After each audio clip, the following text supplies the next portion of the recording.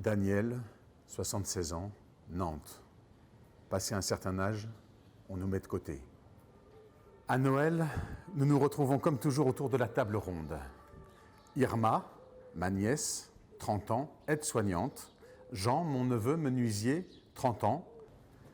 Leurs enfants de 4 et 6 ans. Mes deux autres neveux de 40 ans, sans enfants. Et moi, 76 ans, dans mon coin. Après l'apéritif, les discussions. Ils parlent tous en même temps. J'essaie de prendre part. Personne ne m'écoute. Ils veulent toujours avoir raison. Alors, dans mon coin, je raconte à la petite une histoire de dinosaure. Elle m'interrompt pour me demander « Toi, Tati, tu les as connus, hein ?» Je ris, mais j'accuse le coup. Décidément, à un certain âge, on nous oublie.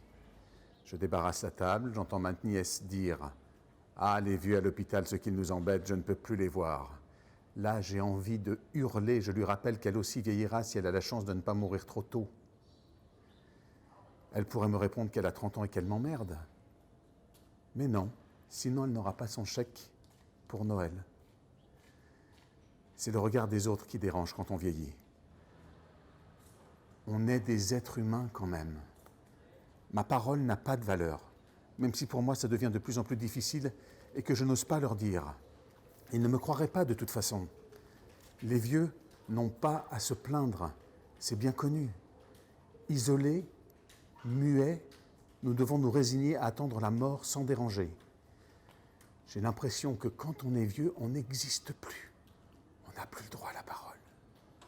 Alors que s'ils voulaient bien écouter le passé et sa relation avec le présent, ils pourraient en apprendre. À un moment, j'essaie de leur parler de la guerre 39-45 et de dire que l'âme humaine est toujours la même, que ça pourrait encore arriver. Je leur parle de maintenant, en fait. Mais Jean me dit en soupirant « Oh, mais ça, c'était ton temps. » Ils ont une chose à apprendre, c'est l'écoute aussi. Je les regarde et je me dis qu'ils ne s'entendront pas puisqu'ils ne s'écoutent pas. Jean parle avec passion de son travail et des menaces de licenciement. Irma parle aussi fort en criant presque. Elle dit qu'elle voudrait se mettre à son compte, faire autre chose, ne plus gaspiller sa vie, sans tenir compte de ce que dit Jean, son mari malheureux. Une collègue autrefois m'avait dit « Tu sais, Tati Daniel, être jeune pour plaire, être vieille pour ne pas déplaire. » C'est comme ça que je le vois, que je le vis.